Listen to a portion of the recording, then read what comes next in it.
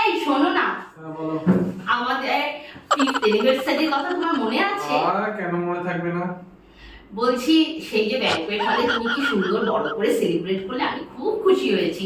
বলছি আমার যে 3টে বান্ধবী এসেছিল তার কথা তোমার মনে আছে? ওই তোমার এই তিন বান্ধবী তো? হ্যাঁ মনে আছে। কি পিঙ্কি নাম যে যেন? পিঙ্কি যে এসেছিল, ও যে ব্ল্যাক কালারের যে ড্রেস পরা ছিল, গুড লুক। আর যে সীমা এসেছিল ওর কথা, আর সীমা ওই রেড কালারের যে গাউন পরা ছিল, হ্যাঁ হ্যাঁ খুব সুন্দর, গুড লুকস। আর পায়েলকে কেমন লাগছিল? পায়েল তো ওদের মধ্যে একদম মানে বিউটি কুইন লাগছিল। ও পরেছিল অরেঞ্জ কালারের কিছু একটা পরেছিল। হ্যাঁ হ্যাঁ হ্যাঁ ঠিক বলেছো।